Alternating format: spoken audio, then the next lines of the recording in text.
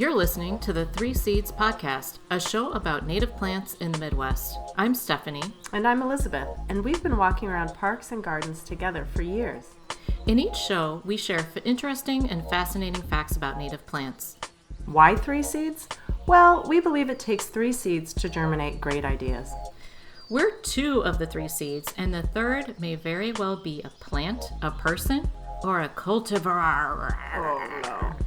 Hello, everyone. Here we are, episode 12. Yeah. And we are in Highland Park. Indeed. At the home of James and Crystal. Crystal is not joining us today, unfortunately, but James, native garden convert guru, shouting from the rooftops about winter sowing and native plant propagation and things, is joining us today because James and Crystal have probably one of the most noticeably beautiful native gardens, definitely in Highland Park and probably in the nearby environs. So James, welcome. Thank you very much. I look forward to talking to you about my garden. We're doing it already. Yes. Yeah, it's funny that Stephanie mentioned one of the most noticeable, is that what you said? One of the most noticeable native gardens, is that what you said? I did. It's because of where they're located. That's true.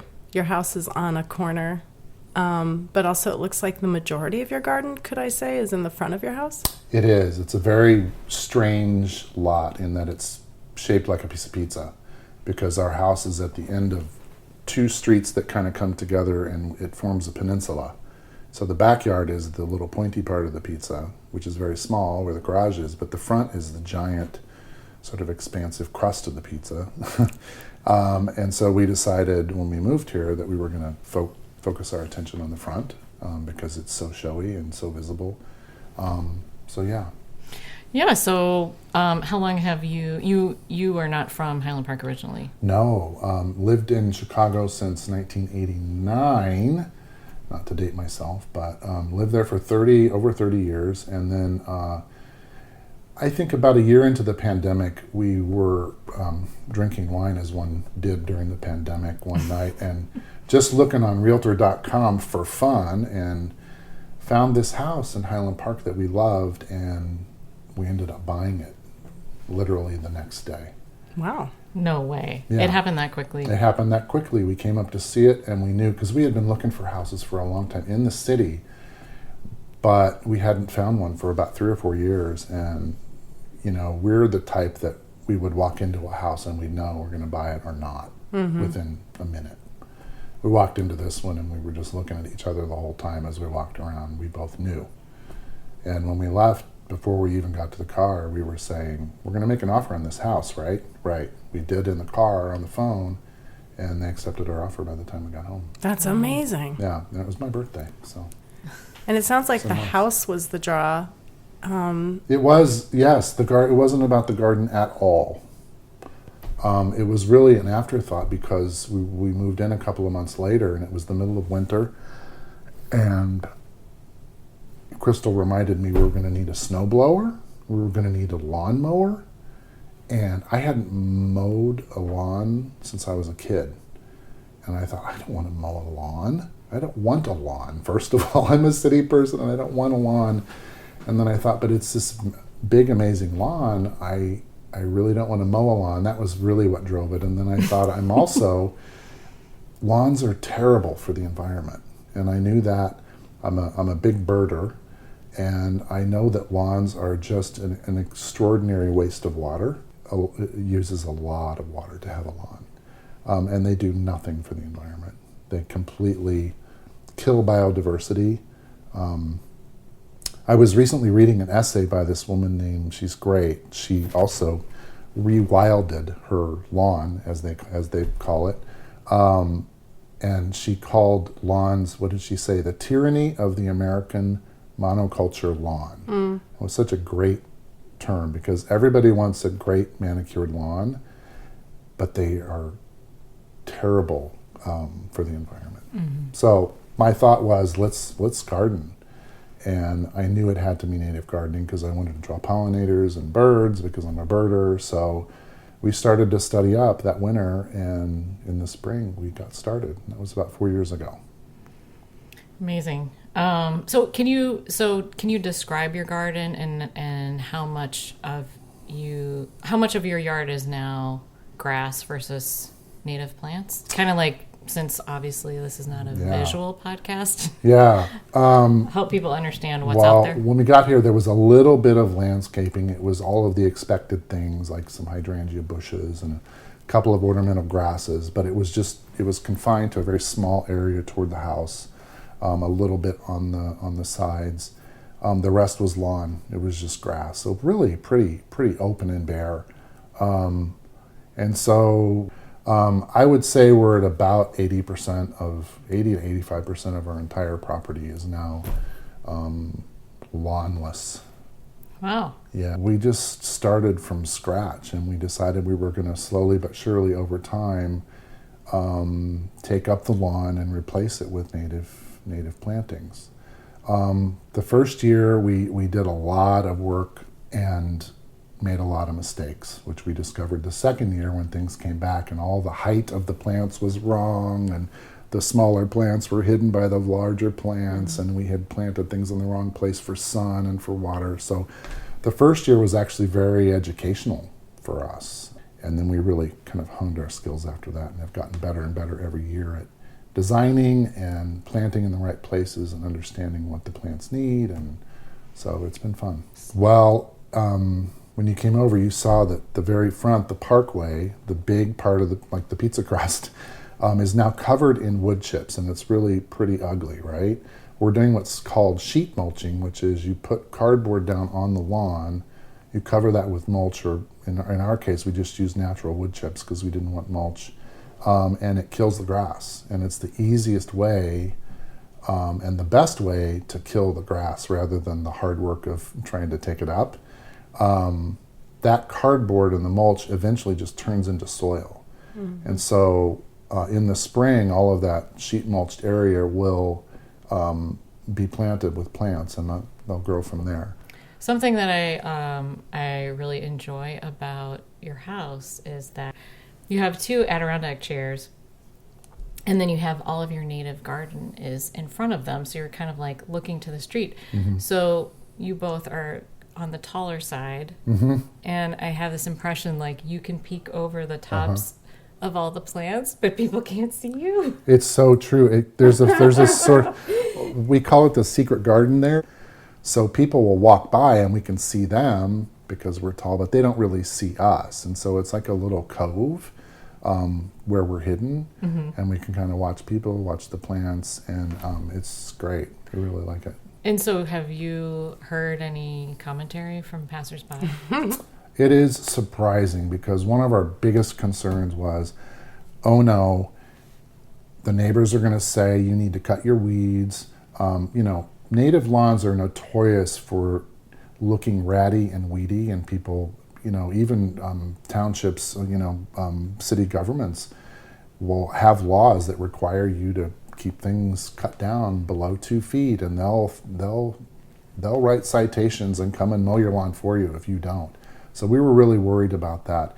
We have been so fortunate that Highland Park is very, very supportive of sustainable gardening, and we have gotten nothing but support from the city, the park district, the Highland Park forester. But to answer your question, people walk by and we were like, okay, what do they think? What do they think? Mm-hmm. There's been almost unanimous wonder, curiosity, admiration and appreciation from people. We have kids coming who want to know what all the flowers' names are, and they're trying to learn all the flower names and asking if they can pick them, which we let them do because there's tons and tons of flowers there. And so we were very surprised to receive such really pretty unanimous support, and people now tell us they walk this way so they can see the garden, which is really cool. Yeah. It's really nice. Did you find, in the beginning, did you do some educational signage or anything to say this is what's happening here? Or no. After our second year, we knew that we could get our native habitat certified by organizations. So we did by the National Wildlife Federation and by Open Lands. They're two conservation groups. And we have two signs there now out sort of off to the side, and people will stop and look at it. It says Certified Native Wildlife Habitat, and people are very curious about that. And they stop and ask us questions about it. So that's been good. Otherwise, there are no other signs. Okay. And but then, it's obvious. It's a big native garden, right? Yeah. Yeah. And so when kids are picking flowers, and in awe of the flowers, is part of that, do you think, because they are seeing more flowers per square foot than they would see elsewhere? Like, is it more abundant in terms of... Yeah, like, why are they curious? Because there's a lot of other houses that It have looks flowers. so different than every other house, because every other house is a manicured lawn, and all of the landscaping tends to be in areas like Highland Park and the North Shore, tends to be very manicured and very, very designed, and very tidy. And I don't want to say that native habitats are untidy. They're natural, right? This is what nature does. But it looks very different from a manicured, planned garden. So I think they see it. And yes, the abundance of blossoms in, say, from June to middle of September is just everywhere. Like almost, we have it planned so there's something blooming the entire time across those months.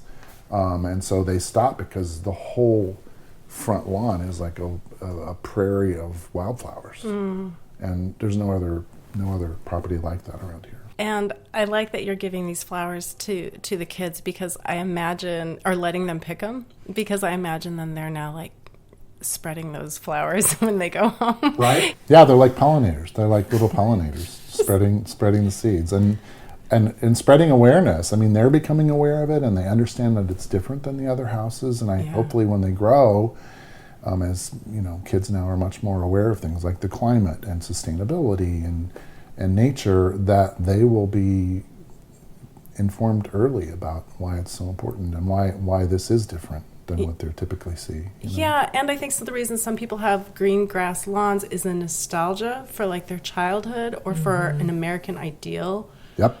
And if you have a childhood where your wonder is focused on native habitats because you are a child lost in a sea of prairie flowers, you hope that they take that with them as something they crave for their life going forward too, I think. The children part is really interesting, because I think they just find it more interesting.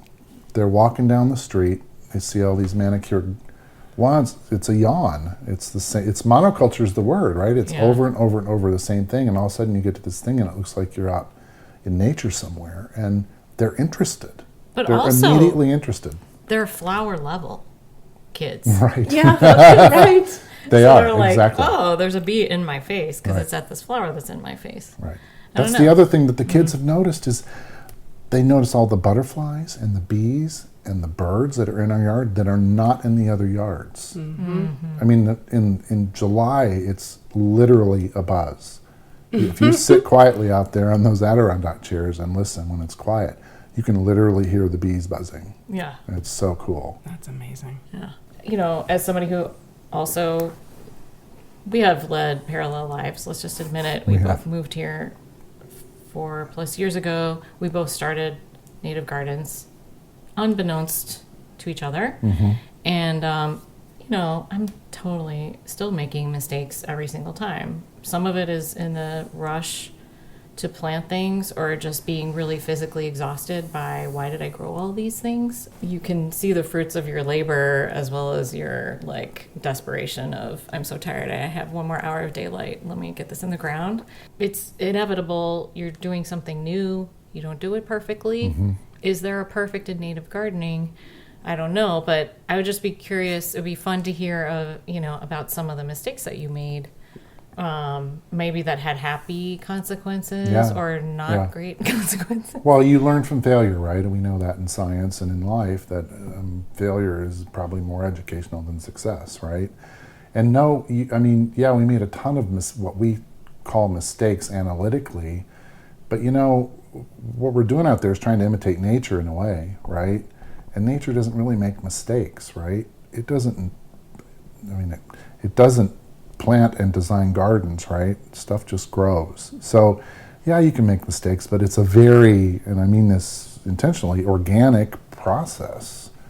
You know, we're part of nature too, so we're interacting with it and we're pushing things around and shaping it and designing it a little more than nature does, actually. So it's actually in that effort to be aesthetically pleasing so that the neighbors don't think you have a weedy looking yard, that we do design and try and push a little further than nature does in terms of making it aesthetically pleasing, right? Well, but that begs kind of an interesting question. Like, if you had no neighbors, would you have planted your garden this way?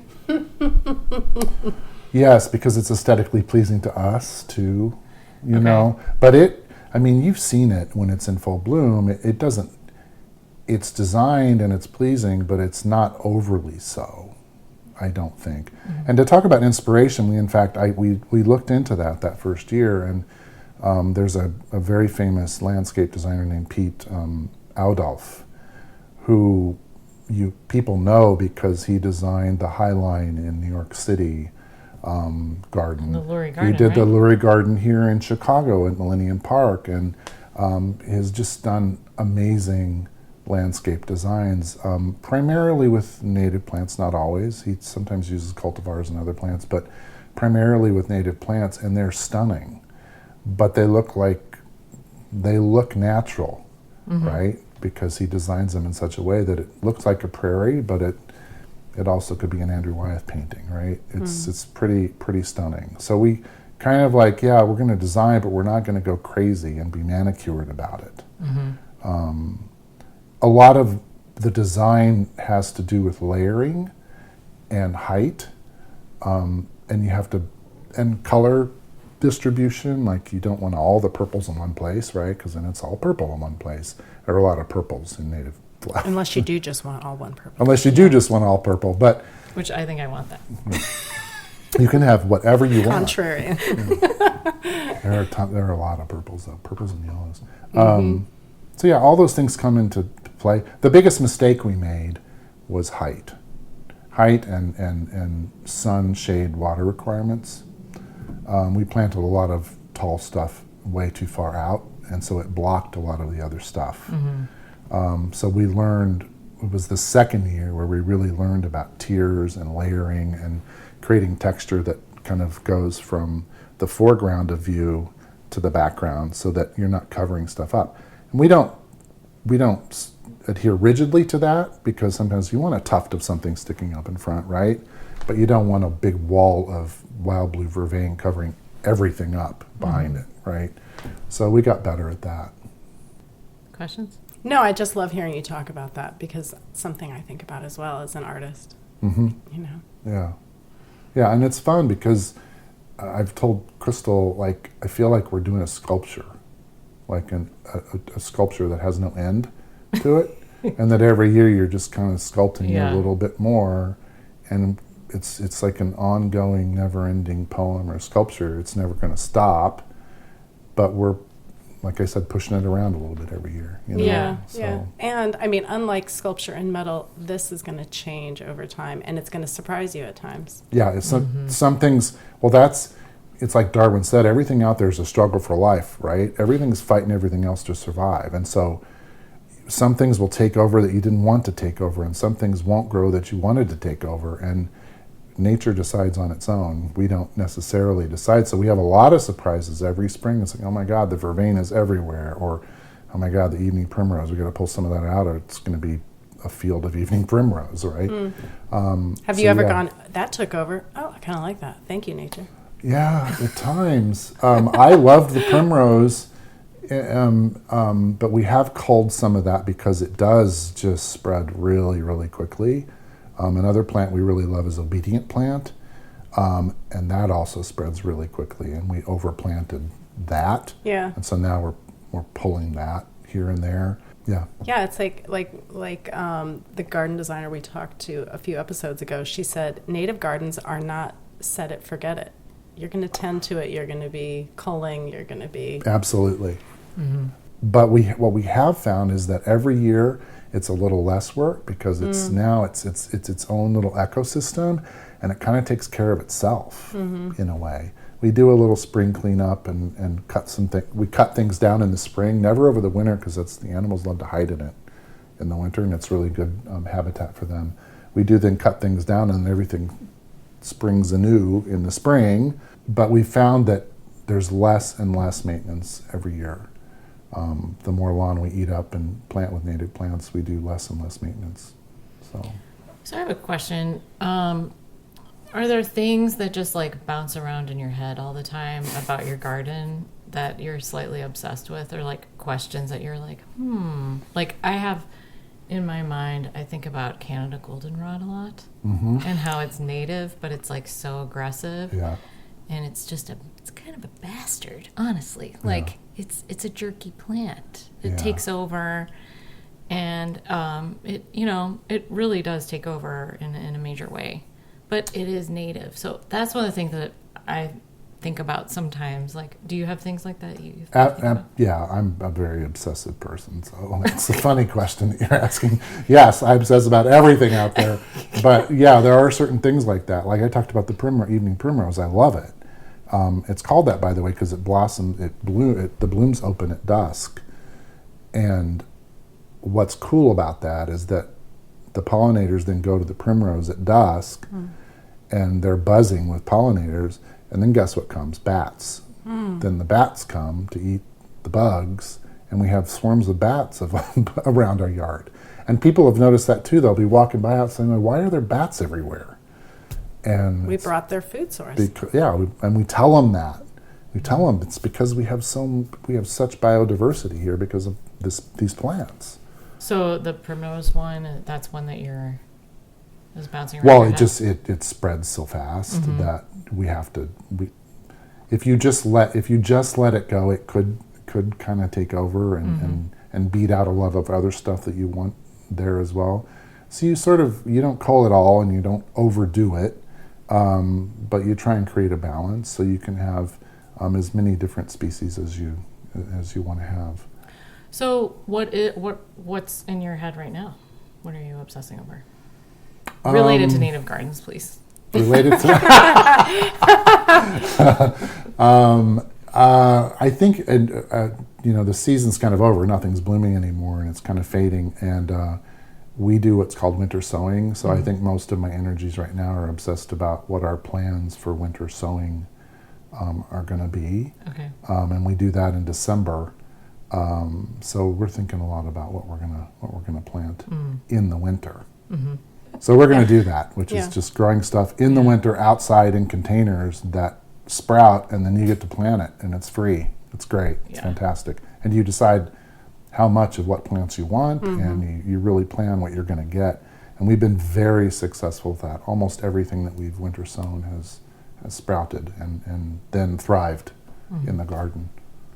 And you said, the season's kind of over, but I was actually going to ask you a little bit more about what activity is happening in the garden right now. Like when I approached your garden from the front, I see a lot of, a lot of your flowers have gone to seed. And who are those seeds feeding?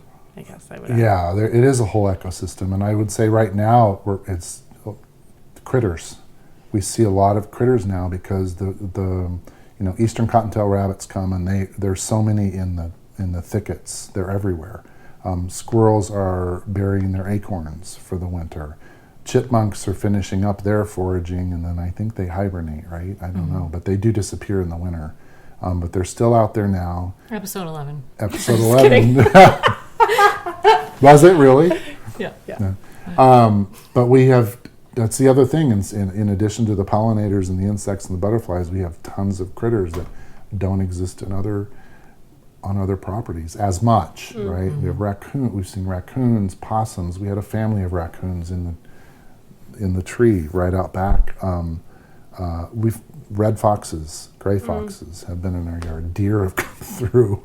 Coyotes have come through. I mean, it's kind of crazy. Well, and as a hobbyist birder, can you tell me a little bit about, is your garden now, and are these seeds feeding birds? Feeding a lot of birds. Not all birds eat seeds, but a lot of them do. And it has drawn so many different species of birds, especially during migration season for the berries and the seeds and stuff. And that's been, as a birder, very gratifying to me. And in fact, one of the reasons why we wanted to do it was to attract birds as well. So who are some of your faves? Fave birds? Yeah. Well, we've kept a list of all the species of birds we've seen in the yard, and I think we're over 90 now. Really? Yeah. Wow. Either not in the yard, but from the yard. We're also on a migratory route for birds of prey, for raptors, and this is kind of the end of the migration season because they fly along Lake Michigan, and so we see a lot of those overhead this time of year. Saw a bald eagle fly over just the other day, which was really cool. Right here? Yeah. What? Very high up, but flying over. So when you're and drawing flying these south. little critters to your yard, you're also feeding the birds of prey that are going overhead? It's the circle of life. It's like the Lion King. It is, and we've seen raptor kills out in the yard. We see Cooper's hawks around here all the time, and we've seen them fly through 10 feet off the ground and scoop up bunnies. Oh, you've seen it? Absolutely, and we find the kills sometime in the morning. Yeah, we found What they didn't like. we found a blue what they didn't jay's finish. head, and no other part of the blue jay out on that Really? fence post one morning. So I think the A hawk fence post? That's the hawk had caught. just in time for Halloween. It was Very so seasonal. clear. It was like on a spike. It was so clear that the hawk had caught the blue jay and eaten it, and just left the head on. head's all Held it on, bones. was eating it on the post, and then left the head there because there's not There's a lot of bones, good yeah. meat in the head. I hear eyes are super nutritional, Yeah. but the rest. Right. God, was it a blue jay? I can't remember. It might have been a robin. I don't remember. But there was a bird head on the post, and so it was really the only explanation for it. Yeah. So the next step for you is to learn taxidermy or... No, that's not going to happen. Not going to happen. Do you think there will ever be... Can I go here? Oh, yeah. Do you think there will ever be a point at which you are done with the garden? No. Like I said before, I think it's an ongoing thing. And that's funny you say that because one time we went birding at Glacier Park here, and we were out for a couple of hours during migration season, and we were done, and we got in the car, and we were getting ready we were driving out of the park on a gravel road, and a nighthawk was in the middle of the road and flew up, and I said, "Oh my gosh, look, there's a nighthawk. There's a common nighthawk." And Crystal looked at me, she said, "You're never really done birding, are you?" And I said, "Yeah, that's why I love it, because you just Yeah. Well, she had just asked you, like, do you love me? And you were like, oh my God, look at a nighthawk. It's exactly what happened." But she said it with Are sort you of that. looking into my eyes? No, I'm looking just past you at that Cooper's hawk. exactly. One time we were on Highway 1 in California driving up, doing a birding trip, and she was, unbeknownst to me, recording all of my comments about birds. Like, oh, look, there are some grebes. Oh my gosh, is that a condor? What's that? And posted it on Facebook, actually, all my different comments, and it was wildly popular. So she puts up with their birding, but she loves it too. She Yeah. loves it too. I have heard her call you a bird nerd. Yeah, bird nerd. And we won't say what's on your mug right now. But we can say we have one mug that says tweet, which is a You shout can out say the other to one. There you go. the tweet mug is a shout out to a fabulous diner in Uptown. Fabulous diner. Go there God, all the the time. best. It's the best ever. But the other mug has 2 birds on it and Yeah. says nice tits. Yeah, they're tits. So They're birds. They're birds. I think those are blue tits from England, if I'm not mistaken, you would know. but they're nice tits. Shall we head into the plant reveal? And now, plant reveal. Plant reveal. Okay. So this is a surprising plant to find, and it's a surprising plant to discover is native. And a lot of people comment on it when they see it, and when we tell them it's native, they're first don't believe us. It has no leaves. It actually technically has leaves, but they're not really visible leaves. It has no bark. It has nothing like that. It's not a shrub. It flowers, and the flowers are bright yellow with sort of orange, reddish orange centers. It bears fruit, which is called a pear. It's not a pear, but it bears fruit, a red fruit, which is edible. The entire plant is edible, except for one part, which I'll talk about last, because I don't give it away. I know what it is, but I'm waiting for Elizabeth. Okay. No. And it has spines. It has spines or spikes or needles. What happens when you put your finger on a spiny plant? It What hurts. happens, Elizabeth? On this particular plant, it hurts a lot. You bleed. But what is that called? Oh, my finger. My finger spike. My finger got. What? No, sorry. I'm gonna go ahead. Don't make me look further like an idiot. This but, plant yeah. is a real prick in a way, right? Oh. It's So a it's a cactus. prickly- It's a cactus. God, it's a prickly pear. It's the eastern prickly pear. No, I didn't know anything about this plant. You know, I think listeners know I'm the dumbest one in the group here. No, I thought you were going to say listeners know I'm from the Southwest because they have those. But Are you from the Southwest? Yes, but I'd never assume that what's native to the Southwest would be native to Interestingly, I think that their range goes like up to the Rocky Mountains. here. Really? And I don't think it goes, I could be wrong, further west than that. But you can find them from Central America all the way into Ontario. I want one. Yeah. That's fantastic. Well, they're easy to propagate. Actually, they're very difficult, almost impossible to propagate by seed. But you can propagate them. Guess how you propagate them? So the plant, just to describe its structure, is like a cactus. It has pads. I think I know how to propagate it if it's like other succulents All or right. cacti. Tell me. I would guess that you would take one of the pads, Yes? break it off, Yep. let it send out shoots, like it will send out roots eventually. Yes? And then once those get big enough or visible enough, those can go in soil.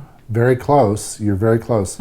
You actually cleanly cut off a whole pad, Okay. right? And you Is actually a pad a paddle? yeah, Like, it's it a looks like a paddle. paddle. It looks Okay. like it's like an ovoid. It looks like a tongue, right? And that's what all the spikes come out of. Like a cactus.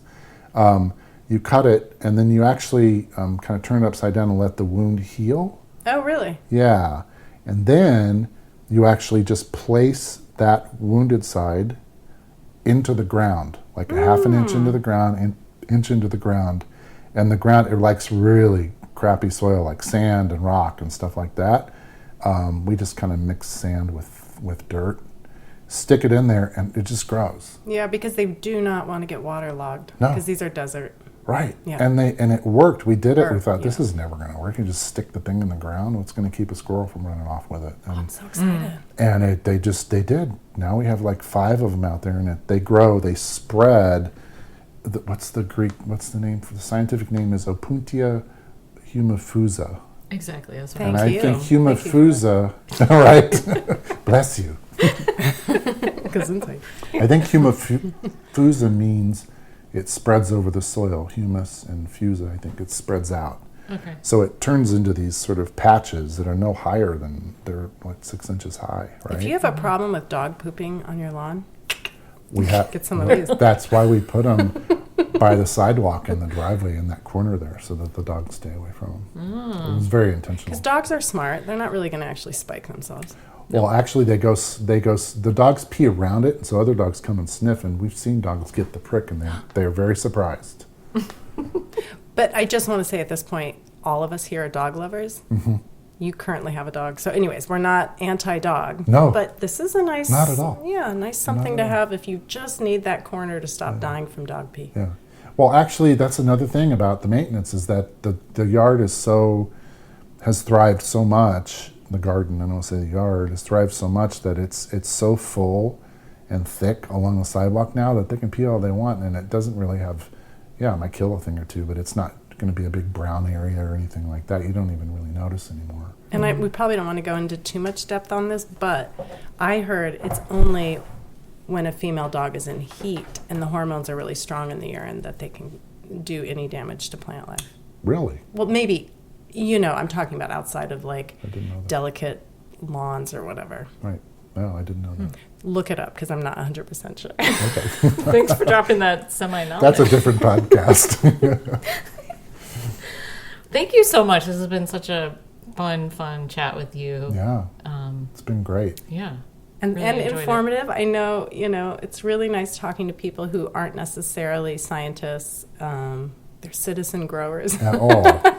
Yeah. We're not scientists in the least. But, you do learn a lot. Yeah. You get closer to science. Yeah, absolutely. You're And really it's like been a gardening influencer, I would say. fun. There you go. Yeah. That's what I like that. I feel like you are, though. I mean, Well, have you noticed has anybody else started to do things around Actually, you? people have been asking us if they can come and collect seeds, and we encourage it, and we give them as many tips as we can on where to plant them, what kind of sun they need, whatever.